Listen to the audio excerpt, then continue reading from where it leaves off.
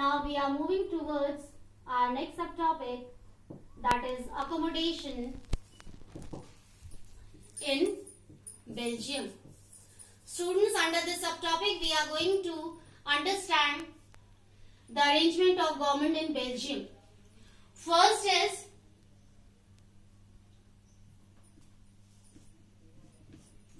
equal ratio of representation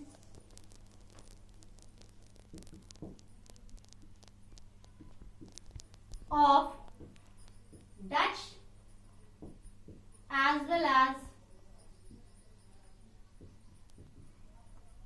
French speakers.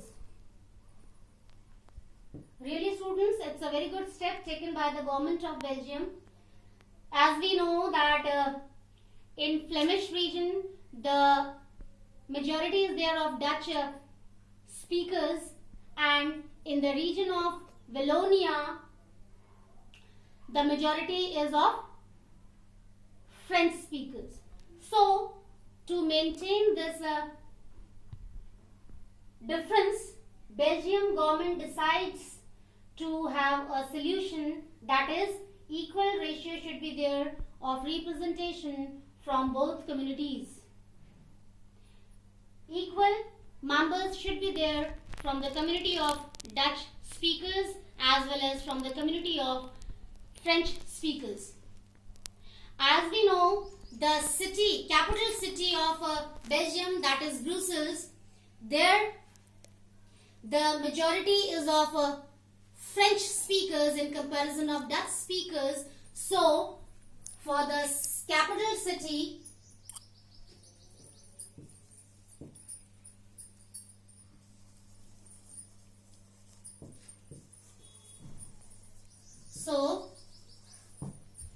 in the capital city, Brussels, also it is decided to have equal ratio of representation. As I told you, in the capital city Brussels of Belgium, the majority is of French language speakers in comparison of Dutch language speakers. Even then, the government of Belgium decided that whatever government is there in Brussels, there also the ratio should be equal of representation. Means again, from both communities, equal members, they should participate as the part of government. Now third is, which is also very important, they have formed a new type of government, that is community government. Here, all the people from different communities who used to speak different languages can be the part of the government. Whether they are French speakers, they are Dutch speakers, or they are German speakers, and they have the responsibility to take care of the tradition, culture, language, and so many other things. Now students,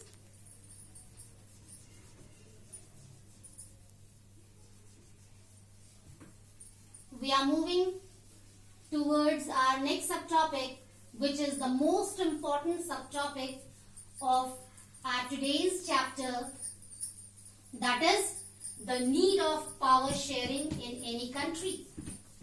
Here we will discuss the importance of power sharing in any country.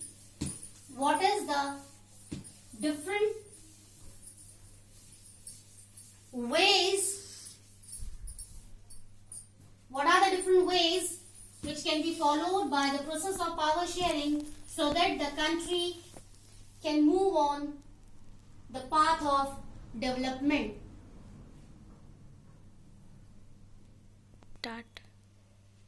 Now students, we are going to discuss the next subtopic, that is need of power sharing. In this subtopic, we will come to know about the importance of power sharing in any country, how power sharing works in a country to govern the country in a systematic way. Now, need of power sharing. It's our next subtopic.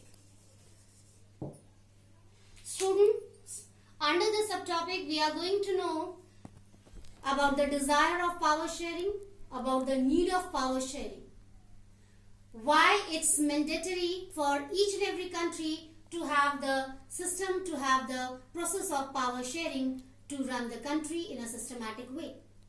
Students, just because of absence of power sharing, we came to know about two countries, Belgium and Sri Lanka, and the problems of the people of these two countries. In the absence of power sharing, how the people of Belgium as well as Sri Lanka faced so many problems in their lives. Now, we are going to understand the desire of power sharing, the need of power sharing. If power sharing is going to be shared as a part of government by any country, how people can avoid so many problems in the country? Or we can say power sharing can be a kind of solution for different types of problems in a country. How? Let's start to understand. First, if power sharing is going on in any country as a part of government, so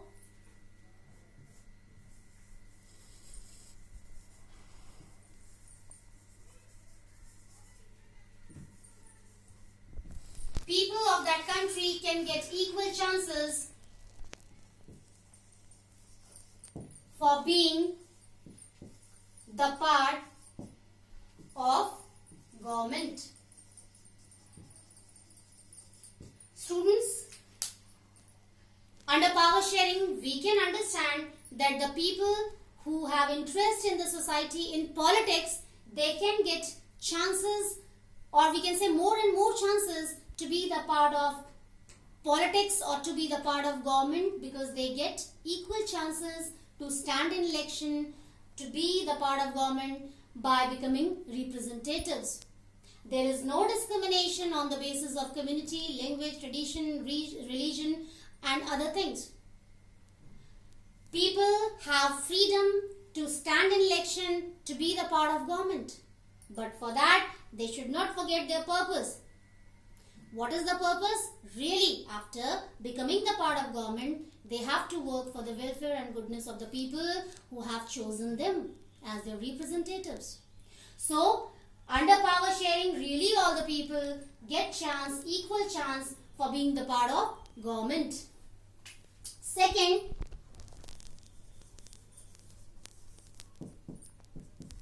conflicts, struggle, disputes can be eradicated. Really students, if from different communities, different groups, people are coming in politics, they know very well about the need, about the problems of their people in comparison of those people who do not belong to those communities. So, if people from different communities are becoming the part of politics or are becoming the part of government, so they can handle all the situations nicely in a proper way. And if they are able to handle different situations in a proper way, so situations of conflicts, struggles, disputes can be eradicated by them easily. They can get solution easily by taking good decisions for the welfare of these people. Next is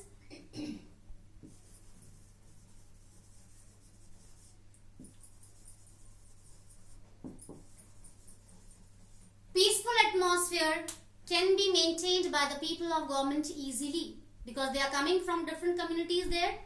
They know very well about the problems. If they are getting proper solutions on time, excuse me, so there will be a kind of peaceful atmosphere which will help to the people of society to develop, to grow nicely. No one will like to spoil the peaceful atmosphere of the country, because everyone will get equal chances, equal rights, equal privileges or equal facilities to enjoy in the society. If all the people are getting equal rights, equal privileges, so no doubt each and every person will be able to live happily, comfortably, without disturbing others.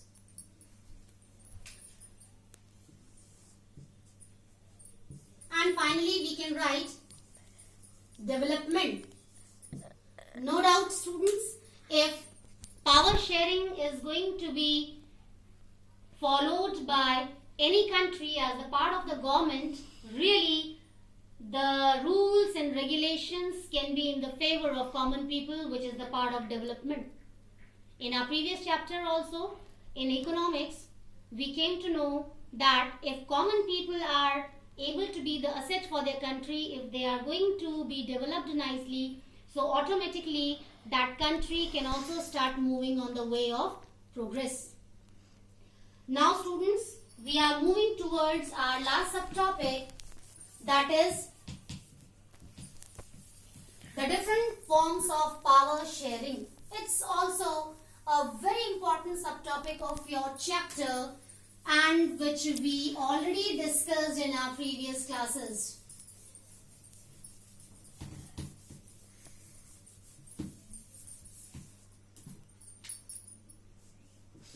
Forms of power sharing.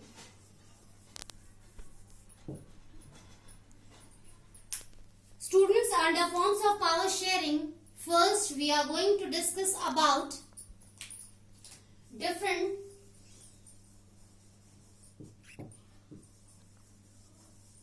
organs of government. In today's lecture also, in the beginning, I discussed in front of you about the different organs of government. These are legislature, executive and judiciary. Legislature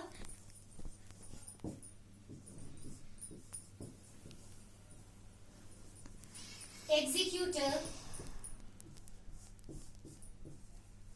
third is judiciary. These are the three organs of our government. Students, this is very important to know that all these three organs of government work at the same level as the part of government.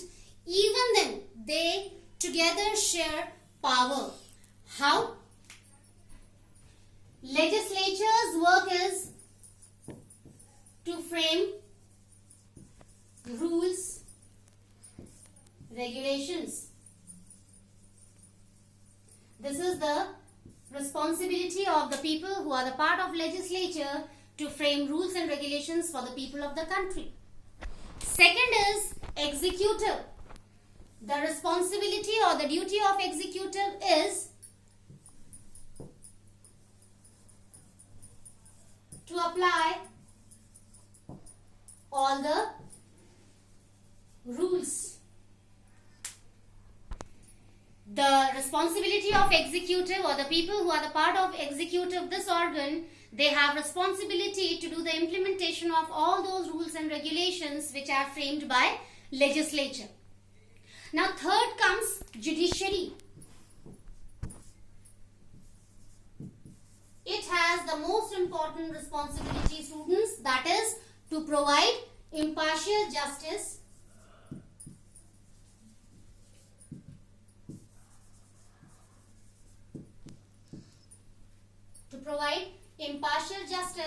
to all. The people who are the part of judiciary, especially the magistrates, the chief justice, the judges, they have a great responsibility, that is to provide impartial justice to all the people equally. It should not be the part of a issue that the person who has to get judgment or justice, to which community that person belongs, to which religion that person belongs. Judiciary has only the responsibility to provide impartial justice. whether the person is poor or rich, whether the person is belonging to lower class, middle class or upper class. It doesn't matter for our judiciary. Judiciary has to focus only on one point, that is to provide impartial justice to all at any cost. But students, again I shall explain you, or I shall tell you that judiciary has full right to interfere in the work of executive and legislature, because they have very important responsibilities to make rules and regulations, and it's necessary that all the rules and regulations are or should be in the favor of common people. All the rules and regulations should be favorable for the goodness and welfare of the common people. But legislature and executive cannot interfere in the work of judiciary. Why? Because providing impartial justice should be free from any kind of pressure. If legislature and executive will get the chance to interfere in the work of judiciary, so we cannot imagine for impartial justice easily in the society. Maybe judiciary can work under kind of pressure. Next is students, different levels of government. Here we have to discuss that power can be shared by different levels of government equally. How? We have a very good feature of our democracy, that is federalism. Under federalism, we have different levels of government. First, central government. Second, state government. Third is local government. Students, it's very important topic, that is federalism. Under this federalism, we have three levels of government. First is central government, which has the responsibility to take care of the whole country, entire country. Second is state government. State government is supposed to take care of an individual state only. Third is local government. Students, to reduce the burden of state government, we have a very good facility of local government. Local government takes care of villages in the form of Panchayat Raj, and in towns and cities in the form of municipal corporation. So see, with the help of these three levels of government, how power sharing process is going on systematically, and it helps nicely to run the country properly. Next is, students, power is shared among different social groups. Earlier also we discussed that the people who are the part of politics, they always come from different communities in the society. When they come from different communities in the society, students, they work nicely, they work in the favor of common people, they work in the favor of goodness of common people, because they know the problems of these common people nicely, because they are from the same society. They time to time take part in the politics, give suggestions, and finally take very good decisions for the welfare of the common people as well as for the development of the country also. Next is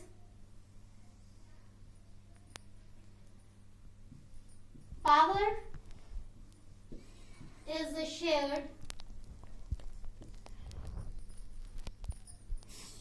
among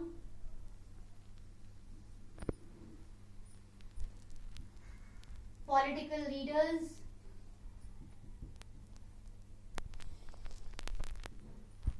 pressure groups, and movement. Students, this is also a little bit similar to this point, power is shared among social groups. Again, we have to repeat this one.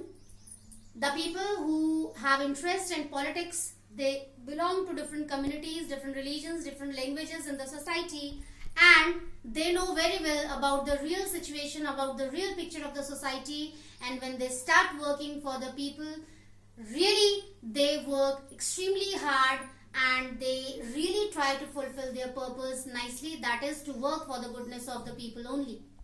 Now, many people are in our society who belong to different sectors also. They can be industrialists, they can be businessmen, they can be from a teaching profession, they can from medical profession. So students, we know very well that in our politics, many members are chosen by the president who belong to these different sectors or different fields.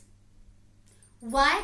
Reason is that when they come from different fields in politics, they have a very good way of thinking. Only on the basis of politics, they do not think. They think about the reality of the society, about the real life of the society people, and start working accordingly. They are quite able to take very good decisions for the welfare of the people. They do not like to misuse their power.